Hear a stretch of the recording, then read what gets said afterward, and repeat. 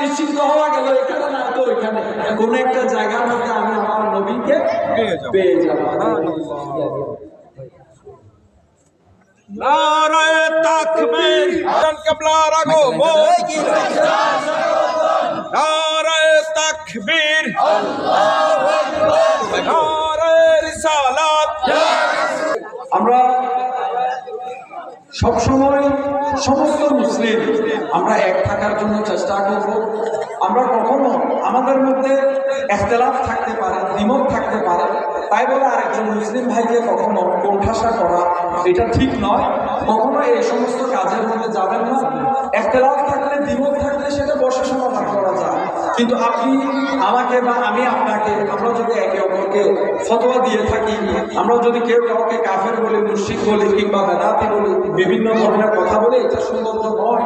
আমরা সবাই মুসলিম, তো আমাদের থেকে সদা সর্বদা ঐক্যবদ্ধ হয়ে চলতে হবে, থাকতে হবে এবং আল্লাহকে রাজি করার জন্য রাসূলুল্লাহ সাল্লাল্লাহু আলাইহি সাল্লাম যে রাস্তা, যে সিরাতুল মুস্তাকিমের পথ আমাদেরকে শিক্ষা দিয়েছেন, আল্লাহর নবীর শিক্ষা অনুযায়ী আমাদের সকলের থেকে মত পর্যন্ত চলা, সম্মিলিতভাবে থেকে আমাদের থেকে এই শরীয়তের নিয়ম আহকাম মেনে চলা চেষ্টা, আপ্রাণ প্রয়াস, চেষ্টা আমাদের থেকে করতে হবে।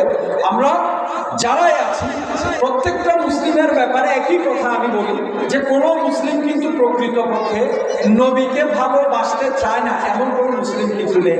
প্রত্যেকটা মুসলমান আমার নবীকে ভালোবাসেন, কেউ কম ভালোবাসেন, কেউ বেশি ভালোবাসেন। ভালোবাসার মাত্রাটা কম কিংবা বেশি হতেই পারে, স্বাভাবিক, সবার ভালোবাসা একরকম হবে না।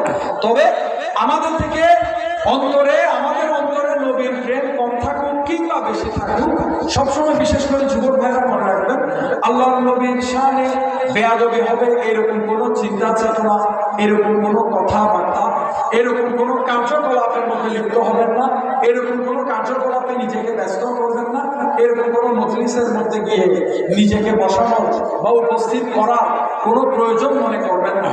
আল্লাহকে মেনে, আল্লাহর ইবাদত বন্দেগী করে, রাসূলুল্লাহ সাল্লাল্লাহু আলাইহি সাল্লামকে ভালোবেসে এবং সর্বোচ্চ সম্মান প্রদর্শন করে সারাটা জীবন মওতের আগ পর্যন্ত নিজের এই জাহেরান জীবনটাকে কাটানোর জন্য চেষ্টা করবেন।